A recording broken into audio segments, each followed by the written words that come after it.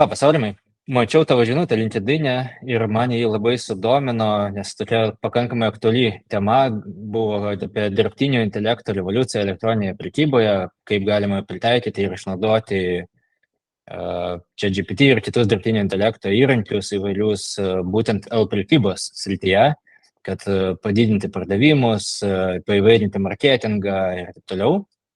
Tai ačiū, kad sutikai sudalyvauti šitam webinarė ir papasakoti auditorijai būtent apie šitų įrankių panaudojimą, praktinius patarimus, galbūt kažkokius pavyzdžius ir panašiai, ką galima išnaudoti ir ypač, jeigu tai nėra IT žmonės, o tie įrankiai ir sukurti ne IT žmonėm, o kad ir mažiau IT išprūsę galėtų jais naudotis. Tai tikriausiai prie to pirmo klausimo priveščiau iš vis, kas tie GPT agentai ir kokios yra jų pritaikymo galimybės elektroninėje prekyboje. Taip, gerai, tai dar kartą labas iš Vitalijų. Labai ačiū, kad pasikvietei. Iš principo, mano to įrašo, apie kurį tu užsiminei, ir tikslas, buvo pasidalinti apie tai, kas yra šiuo metu aktualaus ir naujo būtent dirbtinio intelekto pasaulyje iš generatyvinio, kūrimo pusės. Ir čia yra keli niuansai. Vienas yra tas, kad aš tikiu, kad turbūt didžioji dalis žmonių žino, kas yra ChatGPT arba kas yra Claude'as arba tas pats Perplexity, kaip pavadinimus. Tikrai žino, lygiai taip pat kaip ir aš galiu pasakyti, kad aš esu puikus Microsoft'o Excel'o vartotojas, tačiau realybė yra ta, kad kai tu pradedi suprasti arba bandyti gilintis daugiau negu kad 20 arba 30 formulių, tai tu pradedi suprasti, kad nelabai iš tikrųjų tu ten esi, profesionalas šitoj vietoj. Ir man kaip asmeniui, kuris turbūt kiekvieną dieną praleidžia kelias valandas YouTube arba dar kažkur tai, kur tik tai įmanoma, žiūrėdamas informaciją apie AI-os panaudojimo galimybės ir po to jų replikavimą, pritaikymą savo paties veikloje arba klientų darbe, norisi tuo pasidalinti. Tai einant tiesiai prie tavo klausimo, kas yra agentai arba kaip tai veikia. Tai dažniausias sprendimas arba dažniausias apibūdinimas to agento yra daugiau negu viena instrukcija, atliekantis veiksmas kažkoks tai AI-os pasaulyje. Ir tam, pavyzdžiui, yra custom GPTs. Pakelkite ranką, kiek iš jūsų esate tai darę arba iš jūsų naudoja, nes puiku, labai gerai, smagu girdėti. Mes patys savo veikloj keliems projektams esame darę custom GPTs, kadangi esame reklamos agentūra, tai ir reklaminius tekstus su jais generuojame. Ir netgi esame padarę tokius sprendimus, kurie prakrolina webą, išsitraukia tekstus, identifikuoja tikslinę auditoriją ir panašiai. Tai žodžiu, tu žinai, ko tau reikia ir susikuri, ko tau reikia. Nuo rašytojo iki dizainerio, iki stratego, iki inžinieriaus. Tai va, tokia yra idėja tų visų agentų. Iš tikrųjų, su agentais, kas turbūt pagrindinis pliusas, kad tu gali jį priversti per tam tikrą prizmę tau teikti atsakymus arba su tam tikra dombas arba tos pačius PDF-us, Word'us jam pridėti ir jisai remsis atsakymams, būtent tą medžiagą jums kaip pagrindą ir atsakinės per tam tikrą prizmę, kad jeigu yra agentas būtent marketingo uždaviniams spręsti, jis darys būtent tai. Jeigu bus kažkokių palyginimų, analizų didesnių, tai būtent tam ir klaus.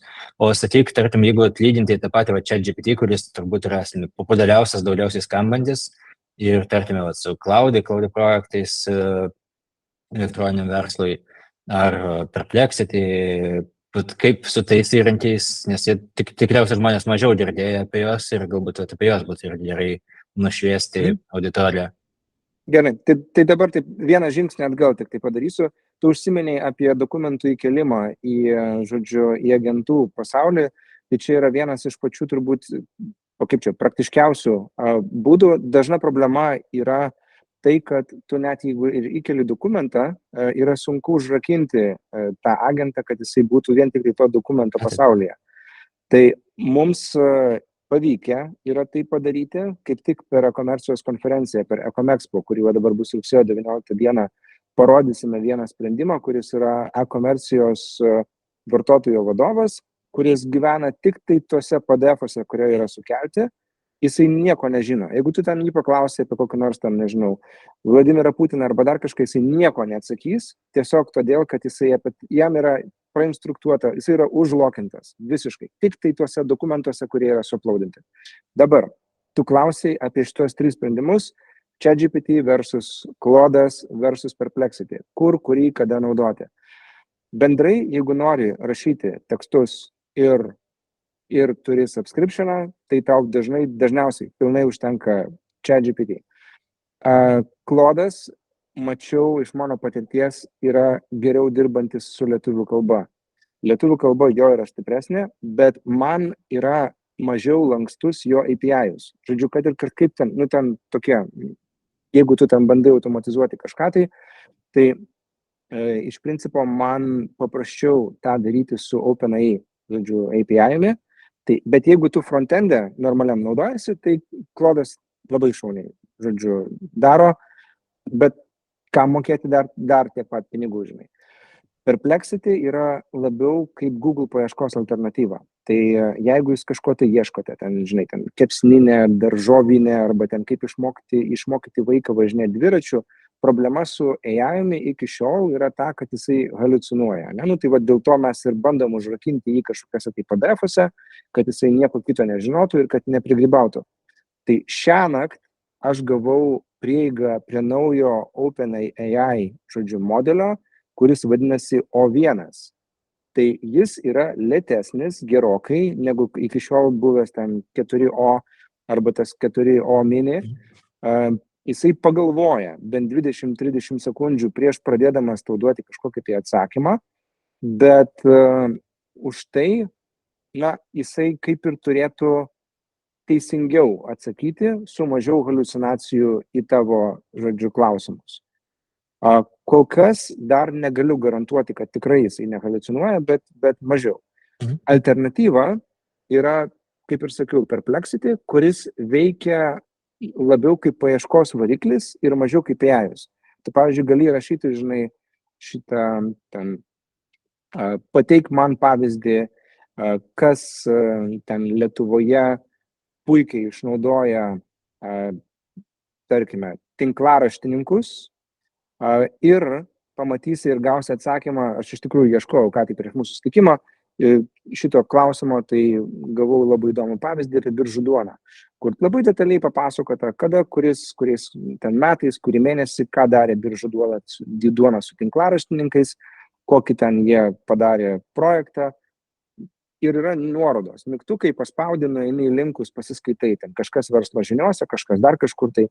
Žodžiu, tu gali fact-checkinti, tau nereikia vien tik tai pasitikėti aklai ir po to nudegti, žinai, kad oh my god, įdėjau klijų į pizzą dėl to, kad man taip pasakė ChatGPT arba tas Gemini. Žodžiu, girdėjai. Jo. Tai turbūt skambiausia istorija buvo apie teisininką, kuris su teismu bendravo vien tik vadovaudamasis ChatGPT ir išbūrė neegzistuojančius straipsnius, kaip tai toks haliucinacijos geras momentas.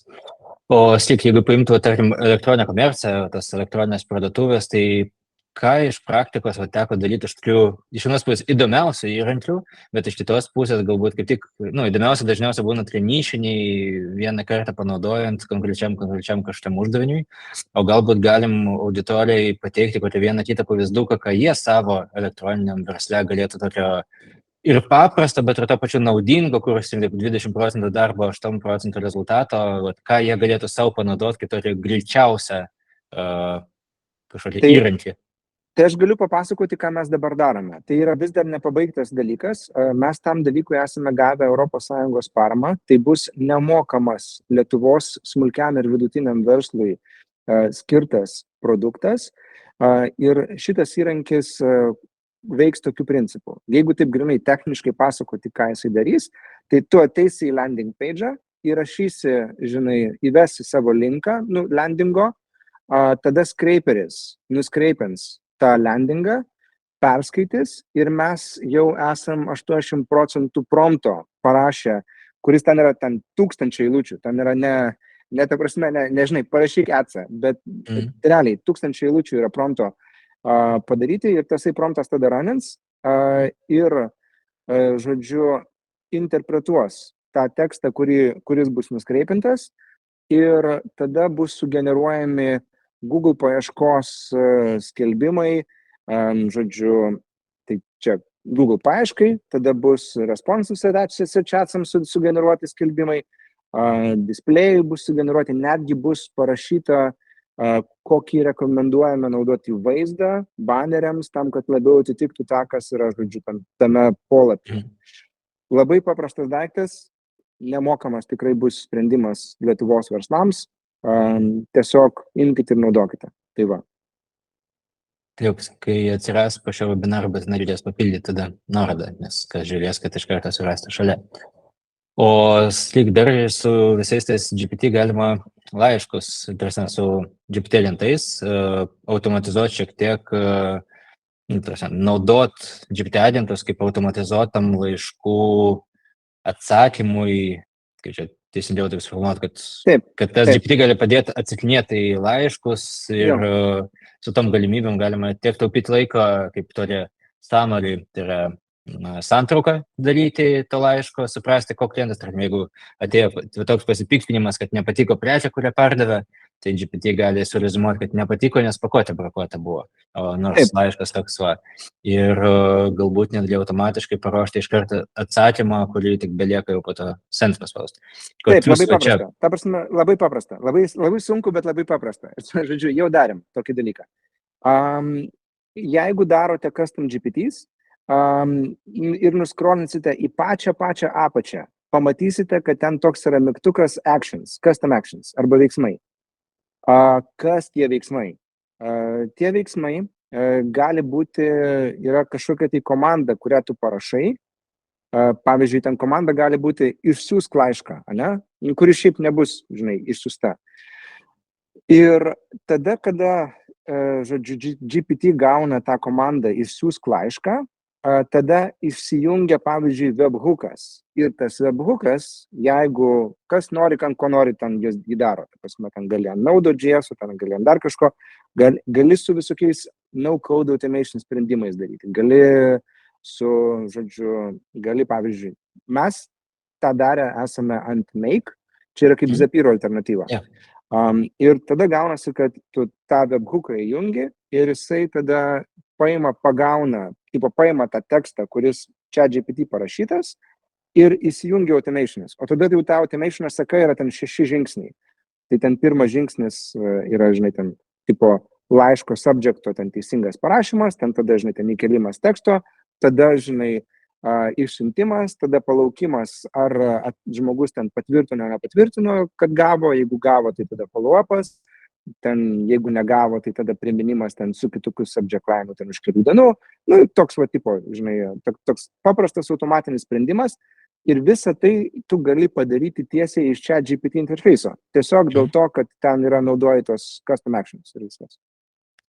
Aš gal auditorijai šiek tiek porą burtažodžių, kuriuos minėjai, taip iš žmonių kalbą išversti.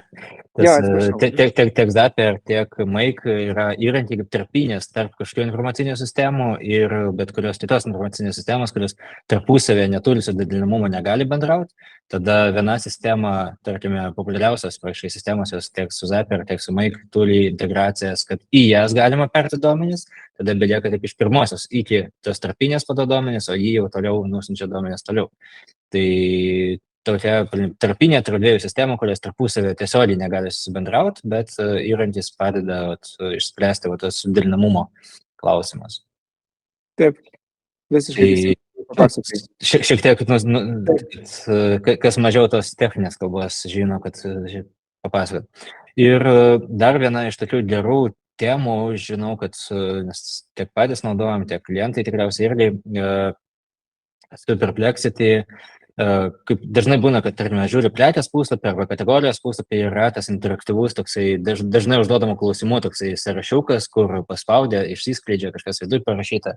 Tarkim, mes tokį daiktą turim netgi elektroniniai parduotuvė iki funkcionalumą, kad rašai klausimą atsakymą. bet be abejo, kiekvieną kartą rašyti tai ranka, užtrunka. Tai su dirbtiniu intelektu, su Perplexity, tai tikriausiai galėtų ir padėti tokius dukus kurt kaip klausimai atsakymą, kuriems sumaitini tam tikrą turinį ir jisai, kaip sakei, paieškojęs internete galėtų surezumuoti ir kažkokius tokius dažnus klausimus. Taip. Tai čia žiūrėk, čia yra trys vertės viename. Pirmas dalykas, tu gali suuploadinti savo dokumentaciją į tą patį, žinai, ta prasme, produktą kaip Perplexity.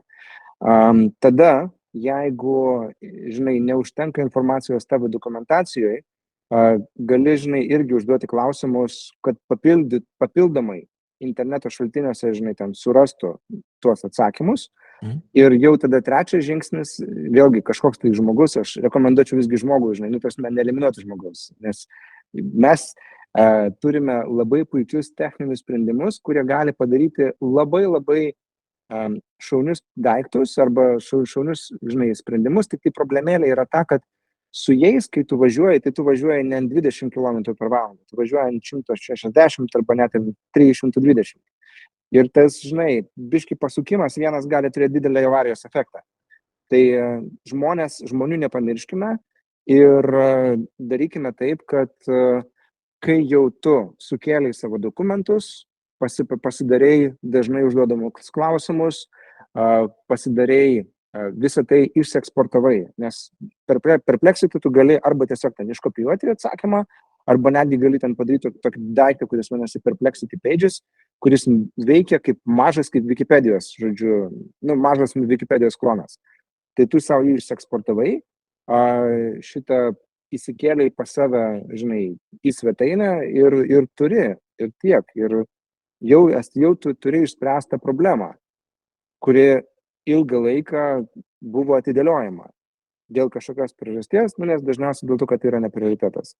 Bet kai gali padaryti greitai, tai tada gal labiau prioriteto eilėj pakyla į viršų tie dalykai. Dabar pagalvojau, kad mes, tarkim, su įrankiais galim rašyti kažkokius marketinginius tekstus, ten dažnai užduodamus klausimus, dar visokius kitus atsakymus, automatizacijas. Tai, kaip sakėjai, labai geras pavyzdys apie vairą, kad ant didelio greičio labai svarbu tą milimetrą pasukti reikiamą kryptim. Ir kadangi žmonės vis tiek nebus eliminuoti, tai kaip su tais įrankiais tam smulkiam, ypač verslui, padėti mokyti, ugdyti savo darbuotojus, kad jie iš vienos pusės ir mokėtų tais įrankiais naudotis ir neprigrybautų, taip liaudiškai sakant, su tais įrankiais besinaudojant. Ir galbūt jos pačius galima šiek tiek ugdyti, mokyti, tiek naudotis pačiu to įrankiu, tiek jį išnaudoti tiem verslo tikslams. Ką manai šitoje vietoje? Čia labai yra, žodžiu, dvi labai įdomios, žodžiu, sritis, kurias tu dabar palėtei. Tai yra mokymai kaip tiesiog, žodžiu, mokymai apie įmonės vertybės. Pavyzdžiui, ten kažkokie tai vidaus komunikacijos, ten dalykai, žinai, ten procesų, dar kažko tokio panašaus. Tai jeigu pas tavai yra dokumentacija ir ta dokumentacija, žinai, vėlgi tu sukeli, tai tu gali turėti agentą, kuris, žinai, su kuriuo bendraujama, klausinėjama ir kuris netgi galėtų tavęs, žinai, klausinėti klausimų.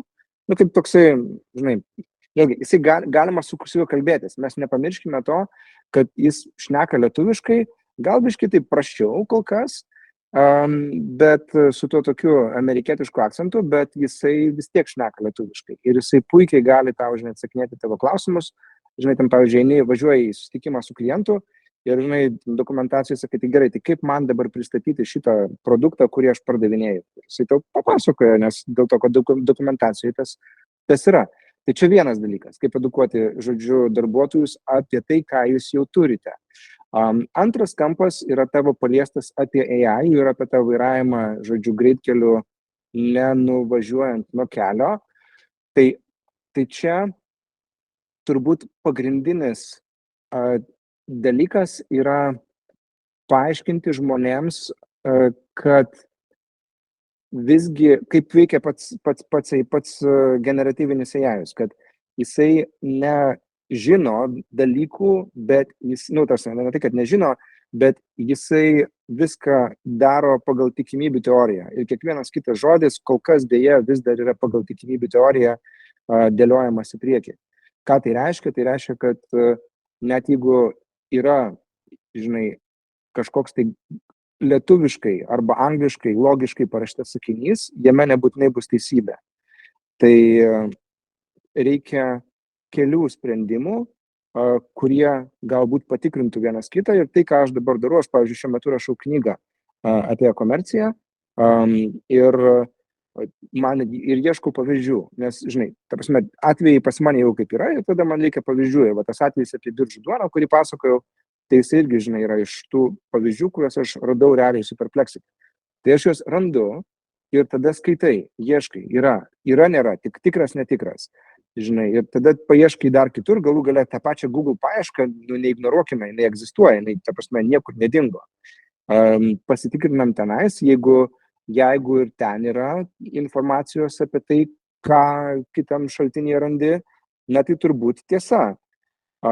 Jeigu tau parašo, žinai, oi atsiprašau, suklydau, tai tada trini lauk iš karto, žinai, ten tą prielaidą ir slepi ją krūmuose, kad niekas net nesužinotų, kad tu galvojai tai naudoti, žinai, kaip pavyzdį, įsivaizduok, eini į konkursą pas klientą ir pasakoji apie kažką tai, apie įmonę, kuri net neegzistuoja. Ir sakai, va, čia ta įmonė padarė tokį labai gerą projektą.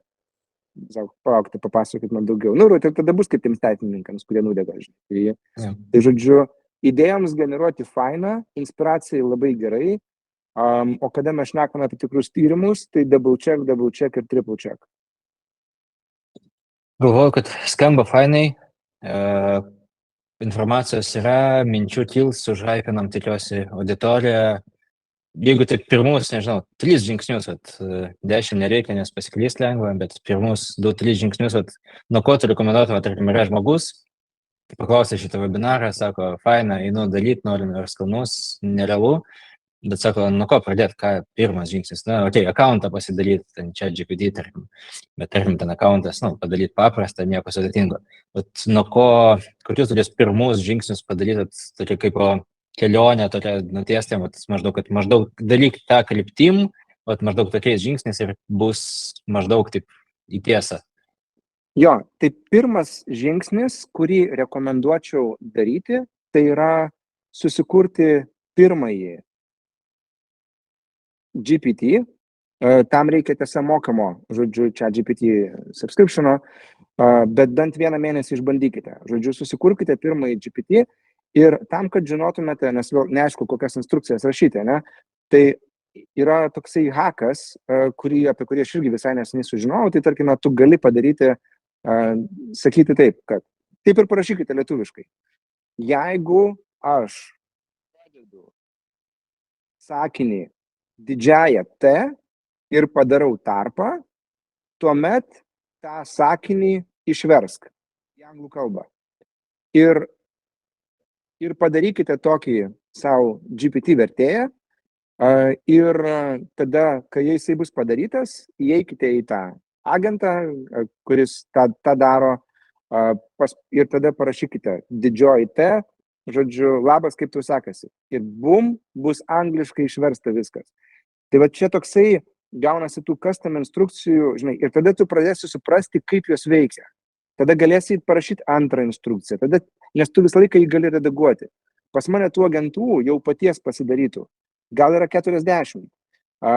Bet, ta prasme, vis tai vienas, tai kitas, žinai, ta prasme, yra geresnis. Kažkuris kitas, kurį aš ten kūriau prieš 4 mėnesius, jau yra grybas, jau yra ten, ta prasme, ten nebenaudočiau niekada. Bet tada man atrodė kaip šedevras. Tai noriu pasakyti, kad pirmą žingsnį, pirmą instrukciją, vienos instrukcijos agentą parašykite, pavyzdžiui, jeigu pradedu didžiąją T, tai reiškia, kad aš noriu, kad tu išverstum iš lietuvių į anglų kalbą. Ir pažiūrėkite, kaip veikia. Ir pamatysite, kad veikia, ir tada sakysit, veikia. Tai va, tai čia pirmas žingsnis. Antras žingsnis, kurį siūlau, tai pabandykite susikurti, pavyzdžiui, kokį nors mažą žaidimą, bet tas žaidimas tai galėtų būti kaip, žinai, tas vadinasi scavenger hunt, kur tu lobių medžioklę, ne? Tai tiesiog nueikite į kokią nors Perplexity, būtent įeikite į Perplexity programą ir ten sakykite, aš noriu susikurti ten lobių medžioklę žaidimą, pavyzdžiui, po Vilniaus miestą, Vilniaus centre, nenutolstant daugiau negu kad 2 kilometrus nuo katedros. Žodžiu, man reikia, kad žaidime būtų aplankyta 20 objektų ir reikia, kad žmonės sugalvotų ten kažkokius tai veiksmus atliktų ten ir sužinotų ten istorinius faktus, patikrintų. Ir bum, ir tau bus ir visas tas kelias padarytas, žodžiu, ir patarimais dėlioti, ir ta prasme, ir iš tikrųjų tie objektai bus istoriškai teisingi. Na ir trečias daiktas, apie kurį mes visiškai nekalbėjome šiandienos pokalbėje, tai yra vaizdo dalykai. Tai nueikite į tokią kokią nors programą, kuri generuoja vaizdus. Pavyzdžiui, yra tokia InVideo AI programa ir joje tiesiog įrašykite tekstinį promptą, kuris vadintųsi, kuris skambėtų maždaug taip. Sukurk man inspiracinį, žodžiu, klipą apie Žalgirio krepšinio komandą. Ir paspauskite Enter. Matysite, kad už 5 minučių arba už 3 minučių jūs turėsite kelių minučių trukmės lietuvių kalba inspiracinį klipą apie tai, kaip Žalgiris kilo, užaugo, atsirado ir kodėl tai yra faina komanda. Ta prasme, ir kai tu tai pamatai, kad tiesiog keli žingsniai yra, ir jau veikia, tai šitie 3 žingsniai paskatina eiti ir toliau. Okay. Ačiū tau, tikrai manau, kad pradžiai ir inspiracijai tikiuosi šito užteks ir tikrai skatinu visus naudotis tokiais įrankiais, nes tai vis tiek bus ateitis, čia jau net nebeklausimas, dar jeigu ten prieš metus galėjo būti klausimas, šiandien jau turbūt nebe. Tai ačiū tau labai, Aurimai, už įžvalgas, patarimus ir pasakojimą. Susitiksim ketvirtadienį per e-komercijos konferenciją. Kas dar nežino, tai dabar sužinojot ir jeigu iki rugsėjo 19 spėsit, tai būtinai užsukit, bus įdomu. Ir iki greito. Taip, ir būtinai aplankykite mus, žodžiu, aš vesiu e-Comexpo marketingo skyrių, tai ten tą sekciją, tai pasilabinkite, prieikite ir, žodžiu. Tai Vitalijau, ačiū tau labai už kvietimą į tavo webinarą.